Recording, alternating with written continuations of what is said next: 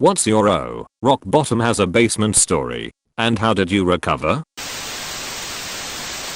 I was homeless at age 18. I went to a homeless shelter despite warnings from some shady looking guy. I got treated like shit, got made fun of and belittled, and had my backpack with all my important documents stolen. All this was by the shelter staff, the people who are supposed to help. I still don't donate to any homeless shelter. You don't know how they're really like until they're your last hope. After that I sold my cell phone, bought a tent, and found a backpack in a garbage can that reeked like cat piss, but was otherwise clean, and did my best not to starve while going from place to place. My tent got stolen eventually, but luckily nobody took the backpack. I also got a revolver at one point. I recovered by getting unbelievably lucky and having my uncle find me and take me in and even give me one of his old properties in exchange for fixing it up real nice so he can sell it when he retires. If it wasn't for that, I would have killed myself after the first snowfall. I was even saving a bullet for it. I can't get too deep because I'm on mobile, but basically, my older brother passed away shortly after I found out I was cheated on by my girlfriend. All while I was homeless and slowly losing the use of my left leg due to illness. Then I got the news my innocent autistic little brother got cancer. Tried to kill myself, got caught at the right time by mom. Mom breaks down, tells me it's all my fault, and I'm shaming the family name by taking the easy way out. End up staying at the hospital longer than necessary because mom needs an excuse. Start planning elaborate ways to kill myself and making it look like an accident or from a disease. A death that won't shame my family. Caught a bad case of tuberculosis. Laying in bed, get a deliriously good idea. Start throwing up whatever I eat or drink. Take meds on empty stomach. Take extra pills or take no meds. Having a weak stomach. Now I'm coughing up fresh blood in the bathroom or wherever. I hide them away. Say I'm taking my meds. No one figures out. Goes to bed one night, wakes up in the hospital. I'm too weak to speak. I can't make much sense, but I feel somehow disappointed. See my best friend beside my bed. She's crying her eyes out. Sees me, still crying, says she knew I'll survive battling this disease. Says she wouldn't know what to do if I died. Continues to say many things that I have forgotten about. I feel like I betrayed her. I'm crying with her. Long story short, I crawled out of that basement thanks to my best friend. My daughter went into sudden respiratory arrest when she was 2 months old. Day 9 of ICU I got a call that my older 3 kids were in a bad car accident with their dad, and I don't know if they are okay. Fortunately they walked away with only mild concussions, and my baby is preparing herself for kindergarten and is healthy as can be. I'm so lucky and so blessed. Went to my drug dealer's house to score some heroin. He lived in the basement of his grandma's place. Her entire place was decorated in pure white, frilly pillows with Jesus' face on them.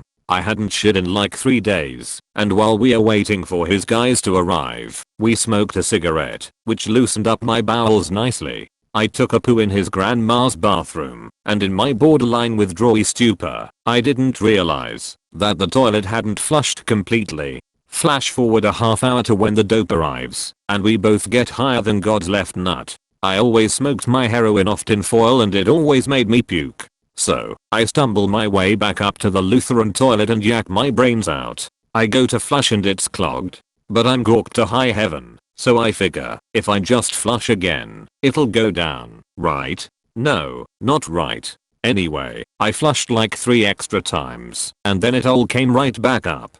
So he hears what's happening and comes running up to see what's wrong while I'm standing on the edge of the tub while everything that had been in my stomach for the last 3 days comes raging up out of the toilet. He starts screaming that he's going to kill me, and I'm pulling a bunch of white lassie towels off grandma's bathroom wall. In the end, I used 6 or 7 towels, all with angels or Jesus faces on them, to soak up my mess. I didn't quit using drugs for another couple of months, but I never saw a aforementioned drug dealer again. It was definitely the lowest point of my life.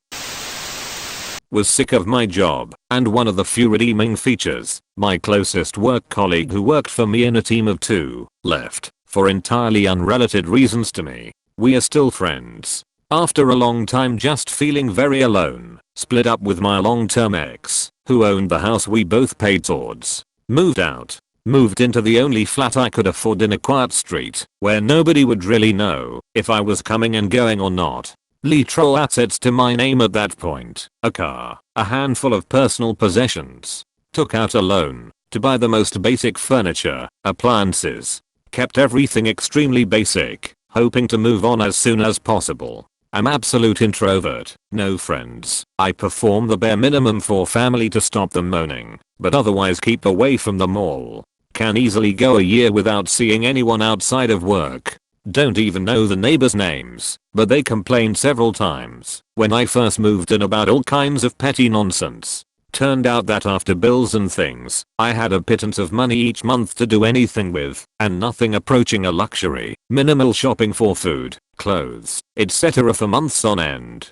I kept the new address from everyone for as long as possible, even my employer, deliberately. I figured it would take several weeks for anyone to find me, and if it did it at the right time of year, it would only be my employer who'd notice I wasn't there first, and then try to trace back, which would be tricky without police help.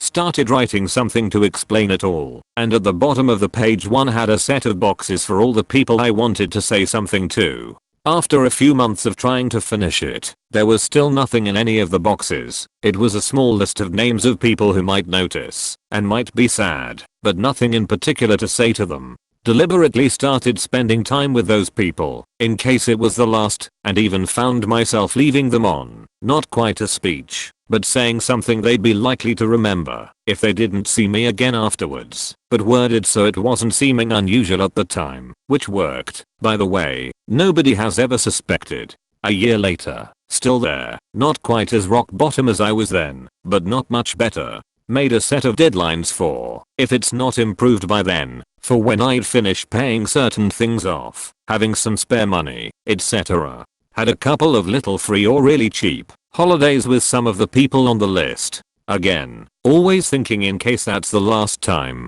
because I don't see those people that often.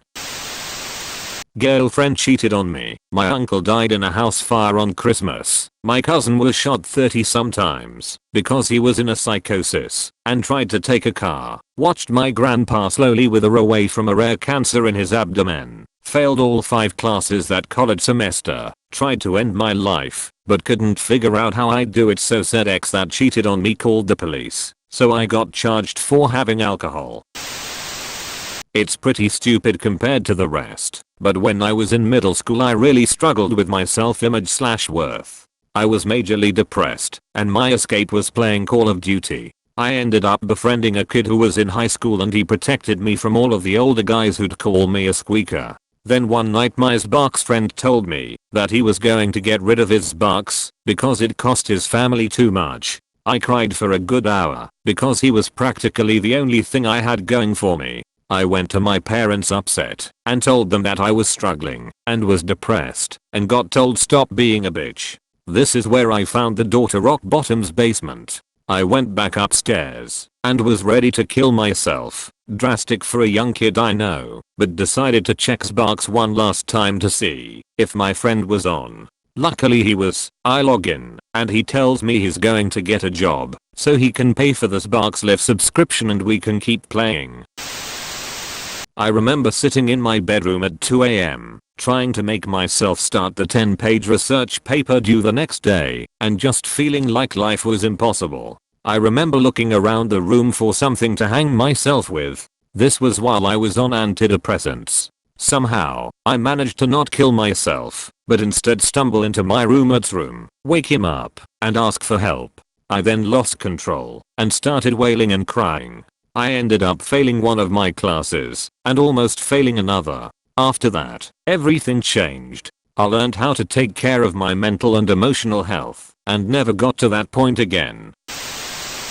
First my dad died. Next I learned my girlfriend cheated on me while I was at his funeral. Then I was on the verge of flunking out of college. Then my mom was falling so deep into depression my sister thought she might commit suicide. Only way I can explain how I got out of this depressing circle of hell was to man up. No one's going to help you. You need to find your own way out and put the pieces back together the best way you can.